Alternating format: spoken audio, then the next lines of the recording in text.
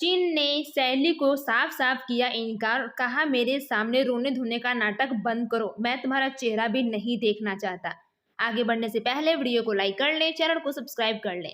जब सचिन पहुंचता है लेने के लिए सैली को और कहता है कि मुझे कुछ और बातें नहीं सुननी है, नहीं मुझे पानी चाहिए और कुछ नहीं चाहिए, मैं यहाँ पे सैली को लेने के लिए आया हूँ। जहाँ पे उनकी आई बहुत ज़्यादा गुस्सा होती है और कहती है कि बेटा मैं सैली को कब से समझा रही हूँ जमाई बाबू, पर ये सुनने को तैयार ही नहीं है। सैली ने जो किया है ना उसके लिए मैं माफ़ी मांगना चाहती हूँ। तभी सचिन कहता है कि इससे क्या होगा, क्या मेरे बाबा की इज्जत वापस आ जाएगी, इसने जो किया है ना जिंदगी अक्खा मैं इसे कभी माफ़ नहीं करूँगा। यह बातें जानने के बाद सैली कहती है कि तो फिर आए क्यों हो यहाँ पे।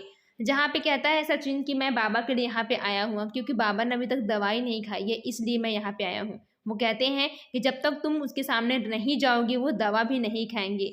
यह बात सुनते ही सैली के पैरों तले जमीन खिसक जाता है, बट सैली कहती है कि तुम यहाँ पे रहने नहीं आए हो, मतलब तुम्हें भी अभी भी लगता है कि मैं गलत हूँ। सचिन कहता है कि किसी को गलत लगने या होने से कोई फर्क नहीं पड़ता है, मुझे यहाँ जो रही है टाइम अक्खा बर्बाद मत कर, बाबा को टाइम हो रहा है दवा लेने का, चलना है फिर मैं जाऊँ यहाँ से।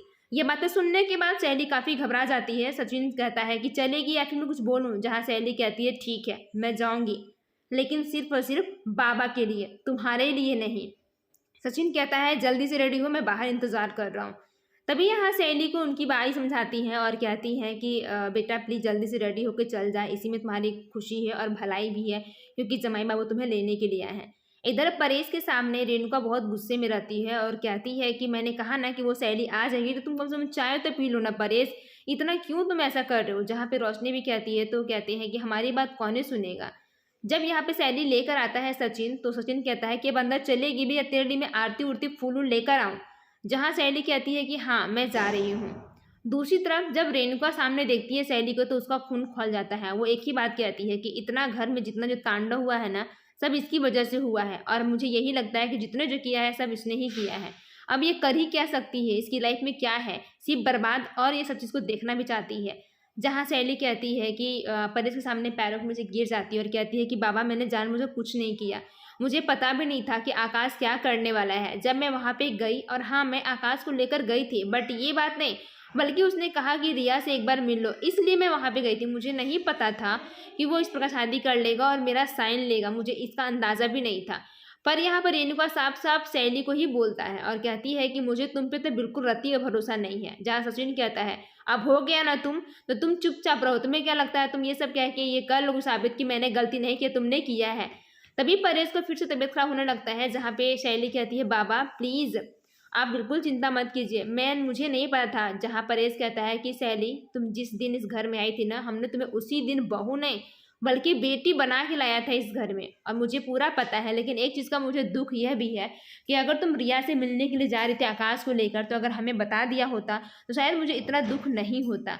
सैली कहती है कि बाबा इसके लिए मैं दिल से सॉरी, आपसे क्षमा मांगना चाहती हूँ, मुझे खुद पता नहीं था कि इतना कुछ हो जाएगा, मुझे आइडिया भी नहीं था।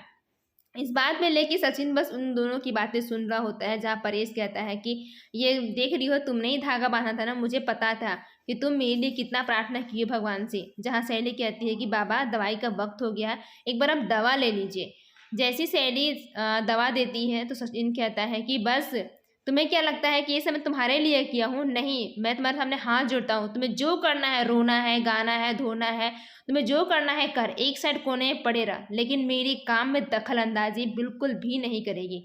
मैं क्या करता हूँ, मैं खाता हूँ, नहीं खाता हूँ। जहाँ पे परेश उन दोनों की बातें सुन रहा होता है।